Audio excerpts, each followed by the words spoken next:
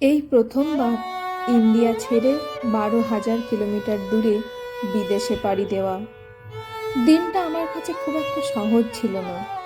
জানো তো, বিয়ের সময় কিন্তু আমি কাঁদিনি, কিন্তু এই দিনটা আমি কোনোদিনই ভুলবো না। মা, বাবা, দিদি, বোন, আত্মীয় পরিজন, ফ্যামিলির মানুষজনদেরকে ছেড়ে এতটা দূরে থাকাটা যে কতটা কষ্টের, সেটা যারা থাকে তারাই বোঝে।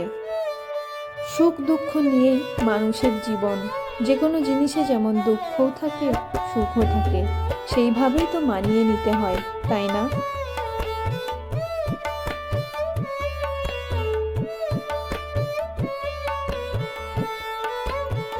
শত কষ্ট হলেও মা বাবাকে সেটা বুঝতে দিইনি, কারণ আমি কষ্ট পেলে ওরা আরো বেশি কষ্ট পাবে।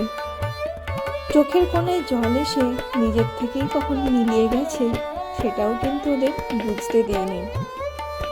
মায়েরা বা মেয়েরা কষ্ট হলে তার ইমোশনটাকে দেখিয়ে ফেলতে পারে, কাঁদতে পারে, কিন্তু বাবারা না, সেটা পারে না।